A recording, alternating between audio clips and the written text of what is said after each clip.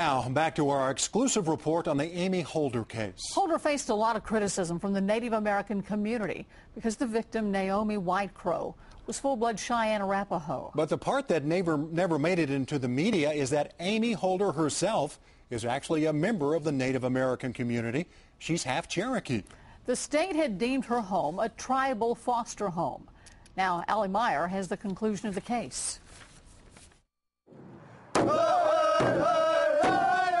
The Cheyenne Arapaho tribe mourns the loss of one of their own. Naomi Whitecrow's family never said goodbye.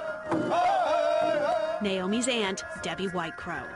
Naomi is gone. We'll never get to see her again, you know.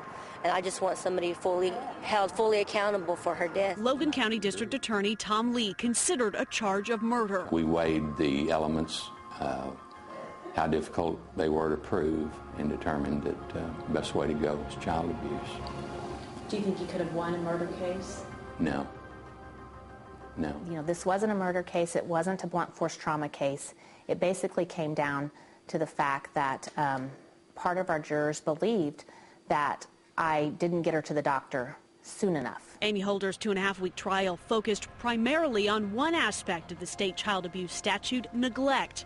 Prosecutors say she didn't do enough to convince that pediatrician and DHS caseworkers to help the little girl in her care. The child was in her exclusive care. She had a duty to protect the child and didn't. The jury took almost 10 hours to reach their verdict. We know they split initially, 3 for conviction, 3 against, and 6 riding the fence. I've talked to a few of them.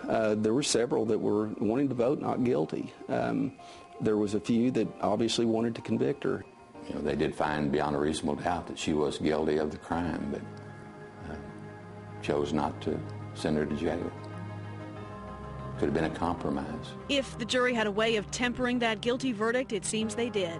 No jail time for the convicted felon. Amy Holder was sentenced to pay a fine, $5,000, plus court costs. Then the judge tacked on an additional $10 grand at sentencing, about $20,000 in all. You know, I can still picture her in this. Amy Holder does not regret following the calling of her heart. She says she'd be a foster parent again. There's days that I walk by her picture and, you know, just tell her hi and that I love her. But for the most part, it's just sweet memories that I don't want to give up. But there is nothing sweet about how Naomi Whitecrow's life ended. Failed by a system set up to protect her. Allie Meyer, News Channel 4 HD. The Whitecrow family has filed a civil lawsuit against Amy Holder and DHS. Naomi's mom would not do an on-camera interview, but off-camera her attorney says, quote, Naomi's life is worth far more than $5,000. The evidence of what this 2-year-old had to endure at the Holder's home compels a significant judgment against them and DHS.